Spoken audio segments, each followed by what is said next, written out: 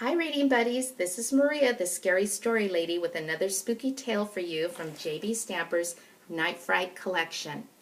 Tonight's tale is called Horrorscope. Dana woke up that morning from a bad dream. For a second she remembered what horror had jolted her from sleep, but then it slipped and slithered back into the dark sleep world of her mind. She lay in bed for several minutes, almost paralyzed by an overwhelming feeling of fear. What terrible thing had happened in her dream? What had left her heart beating fast and her knees weak with dread? The alarm clock blared out music suddenly, breaking her thoughts. Dana looked and saw that it was 7 o'clock. She had to hurry to get ready for school. She was a freshman in high school, and already she was feeling stress. "Morning, Dana," her mother murmured as she blew on her hot breakfast coffee. "How did you sleep?" "I had a bad dream," Dana answered, getting herself a bowl of cereal. "It was gross, but I can't remember what it was about." "You're just being superstitious again," said Mark, her younger brother. "A dream's not going to hurt you." "Thanks for the advice," Dana answered, "but you don't have the problems I do now that I'm in high school. I've got 2 exams today and tryouts for the lacrosse team. No wonder I've got bad dreams." Mark just ignored her and picked up the morning newspaper. He propped it up in front of his face and read the front page of the sports section. Dana spooned her cereal into her mouth, thinking of all the problems she faced at school today. If only she hadn't had that dream. It cast a shadow over the whole day. Just then, she noticed the back page of the paper Mark was reading. At the top of one column was the daily horoscope. That was sure to cheer her up, Dana thought. Horoscopes were always full of suggestions for how you should act to make the day better. "Let me have the back of the paper, Mark," Dana asked, reaching over for it. "I want to read the horoscope." "Oh, come on, you don't believe in that stupid stuff," Mark mumbled from behind the paper. He made no effort to hand her the back section. Dana shot a glance at her mother. Her mother sighed and then said to Mark in a stern voice, "Mark, share the paper with your sister." Dana gave her brother a smirk as he handed over the back section that included the horoscope. Then she ran her eyes down to the listing she was looking for. Scorpio. "Bad luck will stalk you today. Beware. FHS 422. A strange feeling swept over Dana as she read the horoscope. It was a feeling like déjà vu, when you sense you've experienced exactly the same thing before. But this wasn't déjà vu. It was a powerful sense of evil and fear. "Dana, what's wrong? You're almost white, and you're trembling." Her mother's voice drifted through her mind as though it were 100 miles away. Then there was a crash, and Dana felt a sharp pain in her right hand. She looked down to see blood oozing out of a cut on her palm. The table was a mess, full of broken glass from the milk pitcher. "Mark, you clean up the table," her mother ordered. "Dana, let me put a Band-Aid on that. I can't believe you're so clumsy. Even now you're in FHS." Dana winced when she heard her mother say the initials for Fairview High School.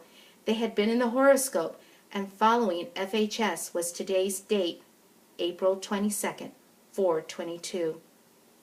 "I don't think I should go to school today, Mom," Dana said. "Something bad might happen." "Nonsense, Dana. You know you have those 2 exams. You studied for them all last night. And what about lacrosse tryouts? You can't miss that.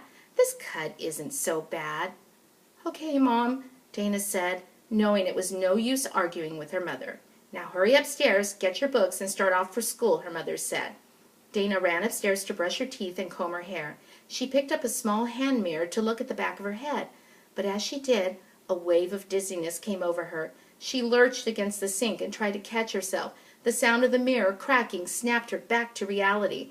Mark looked in from the hallway. "7 years bad luck," he sneered. "You better be careful today, Dana. You're breaking everything in sight."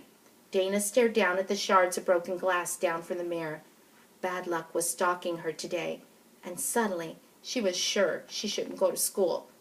"Dana, I'm sending you straight out the front door to school right now," her mother said as she put her arm around Dana and guided her out the bathroom. "Now you get your books and start walking before you're late. I've got to get to work myself." Dana grabbed her books from her room and followed her mother's directions. Mark ran ahead of her down the stairs and sprinted out the front door toward Fairview Middle School. "Bye, Mom," Dana called out as she shut the front door behind her. "Good luck on your exams and lacrosse tryouts," her mom called after her. "Tell me all about it when I get home tonight." Dana forced her feet to walk one step at a time down the street toward the high school. Already she couldn't remember the formulas she had memorized for the algebra test, and the lines from the poem that she was supposed to recite were a blurry confusion in her mind. Meow. Dana looked up sharply. A cat was standing in front of her on the sidewalk, its back raised up and its mouth open in a hiss. It was a black cat. Dana stopped in her tracks as the cat slowly walked across the sidewalk in front of her and disappeared through a hedge.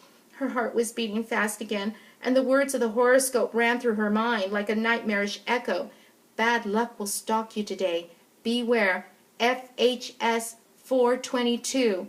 Dana turned around and started to walk in the opposite direction from the high school. She couldn't go there today. She had to get away from all the crazy things that were happening to her. The park where she had hung out as a kid was just ahead. Dana began to run toward it. It didn't matter if she cut school today. Only bad things were going to happen there anyways. Without looking, Dana ran across the busy street that bordered one side of the park. Then she heard a loud honking noise and the screech of tires. Dana looked at the car that was coming toward her. There was no way she could get out of its way. Frozen in terror, she watched the fancy grille and headlights hurtle toward her, and just at the last second, she saw the car's license plate. FHS 422. It was the last thing she ever saw. Wow. I think I'll skip reading my horoscope today. How about you? Anyways, good night, and stay tuned for another tale, spooky tale, from Night Frights by J.B. Stampard.